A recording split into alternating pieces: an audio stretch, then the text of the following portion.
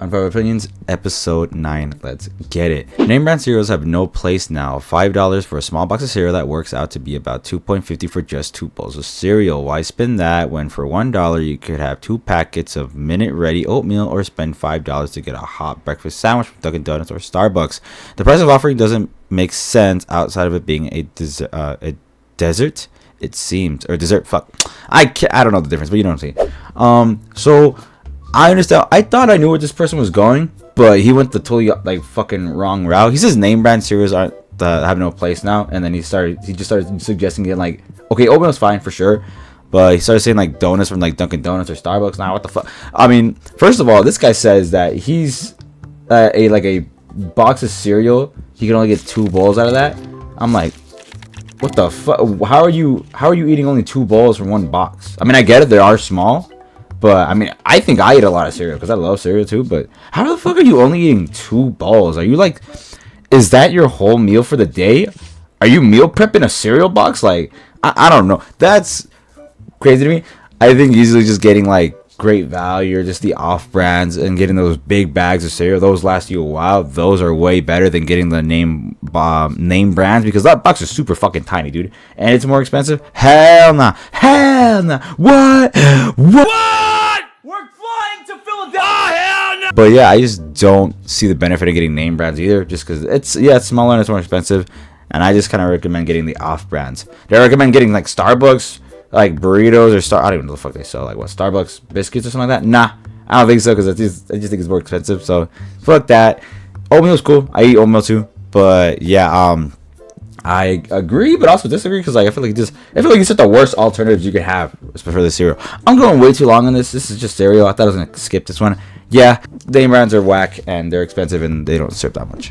Photos of vacation are just not interesting. I just hate it when a friend goes on vacation somewhere and starts flooding our message group with photos. We get it, you're having a good time. Why do I give a shit? Am I with you? No, that nice sunset you captured with the water, I realize gives 0 fucks. I play nice and say, wow, nice photo, but instead I wonder why people think others care. Edit, loving all the heat, whatever. Okay, so I could agree, but also like it's fine. Like if you're sending your photos, your beach photos to the group chat, or like me, it's fine. Am I really gonna give a fuck? Not really, but it's cool. You can do that. I'll support you, and that's really it. If you post it on Instagram, if you're like someone that I kind of know or just follow on Instagram, and you post your vacation, I'm not gonna give a fuck. I'm just gonna scroll past it. Don't even care. So it's fine. Honestly, it's really fine, just because who cares? It's them doing that. They want to do it. It's fine. It doesn't matter that much. Next one is, marriage is nothing more than financial agreement in today's world. I mean, that's how marriage has been the entire time it's been created. It's just been strictly for that. It was like for what? To gain wealth, land, remain ownership, and all that shit. I mean, I don't know. This person's probably young or something, but that's how marriage has been, and that's how it always will be. I mean, yes, you can marriage for quote unquote love and all that stuff, but I mean, at the end of the day, it was really for that, you know. So yeah, I guess I agree, but I feel like it's kind of obvious. The next one is, I feel like jobs are owed to people. A job is required to sustain life and independence. In the society we created for ourselves, we require money for almost every single thing that is vital. Housing, medical care, education, food, and water. Not to mention the things that enhance quality of life, like transportation, clothing, and entertainment. So if work in a job/career is the only way to come by those things, then we as people are not only entitled to one, but entitled to a job that pays a living wage. Okay, so I can understand this for sure. We should be, I just think that everyone should be entitled to have like a job that pays a living wage for sure, to handle like all these rising prices and everything like that. Like, fuck, man, I can't even get an A right now, dude. Like, the thing is, if everyone is offered a job, then I feel like no one will do it right. And the people who want, I guess, a specific job probably are working another job or something like that. If you are like an employer, you have to employ someone who actually wants to work your job, who knows what they're doing. So you will have to, like, you know, say no to people. If you give a job to anyone, I feel like I feel like mostly everyone was not going to treat that job seriously. Also, because if they're given a job, like if everyone is given a job, they're not going to treat it seriously. And if they get fired, they're just going to go like, they're thinking, oh, it's fine. Like I can just go apply to another job. I'll get on the spot and I can just do this shit all over again, get paid, half-ass everything and all that stuff. So I understand what this person's trying to say. I just don't agree, because I think it just makes it worse for everyone else.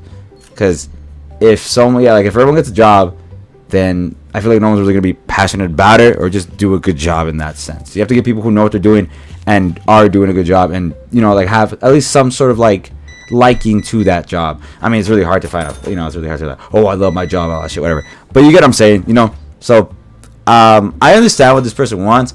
I understand what they're saying. I just don't agree. Next one is going to a restaurant right before they close is not rude. What's rude is posting hours that you claim you're open but are expecting people to act like you're not. Of course I get it. Nobody wants to have a re-clean the kitchen or stay another hour after their shift ends waiting for you to eat. But the posted closing time was never meant to represent the moment we all walk out the door. Closing time is supposed to be when the cleanup and shutdown work starts. Yeah, I agree. Your restaurant closes at 10. Any sensible employer will schedule your shift to end at 10:30 or later depending on the specific needs to clean and shut down your restaurant. The posted 10 was never meant to be the moment you walk out the door. It's the moment the customer is expected to know it's time for them to walk out the door. Makes sense. Rudeness is when the customers stay past closing time, but it's also posting a sign that effectively says we serve food until 10 and then treating your paying customers like jerks for wanting food at 9:45. Okay, so this is a very like hit or miss post. I work at a restaurant. Sadly, I know it fucking sucks, right? I work at a restaurant, and yes, we get people that come in maybe like 10 or 15 minutes before closing, and they stay longer. He says rudeness is when customers stay past closing time. Yes, and that happens all the time. People stay past closing time. You'd be surprised how often people stay 45 minutes to an hour after closing time. They'll be chatting it up like no one's business, and they will stay there and they will drag you down too. Me, I'm not too picky about it. I mean, I'm young, like I got time, it's fine. Other people maybe get a bit mad because yes, like maybe some older folk have to get home, they have to sleep too, get ready for the next day of work and all that stuff, or maybe they wake up early the next day, they don't want to stay late. I get that. Me, I'm not too picky about it because I am young and it's fine. But I feel like a lot of people do come in like a little bit before closing, and they will order, and then they will stay a while for sure. So you can't really have it both ways. I think everyone needs to do the same thing that the Japanese do. I think over there, every restaurant has like like order time or like food time to order, and then after that, like an actual closing time, and then like a bar time, whatever, stuff like that. They post it. They let you know like when's the last time to order, and when's the closing, all that stuff. And I think that's just a better way of life. Every restaurant should just have that, just to let you know when's the last thing to order, when's the last time to get dessert, and when's the last time to get like drinks and all that stuff. That is for sure the ideal restaurant. I think everything should have that. So the Japanese are doing it right. But yeah, I guess I disagree. And the last one is, it's okay to not want to be an entrepreneur. A 9-to-5 job is not a failure. There's this weird pressure nowadays that if you're not starting a business, grinding 24/7, or building a personal brand, you're somehow failing in life. But honestly, not everyone wants to be an entrepreneur, and that's completely fine. A stable job with a good work-life balance, benefits of financial security is just as respectable as running a business. Some people actually enjoy their jobs. Not everyone wants the stress, uncertainty, and risk that comes with entrepreneurship. Yeah, I get that. Hustle culture makes it seem like working a 9-to-5 is selling your soul or building someone else's dream, but it isn't. Better than working 16 hours days, stressing over payroll, and never truly clocking out. If you love your job, feel secure, and have time for your family and hobbies, you're doing just fine. You don't have to build an empire to be successful. Thoughts?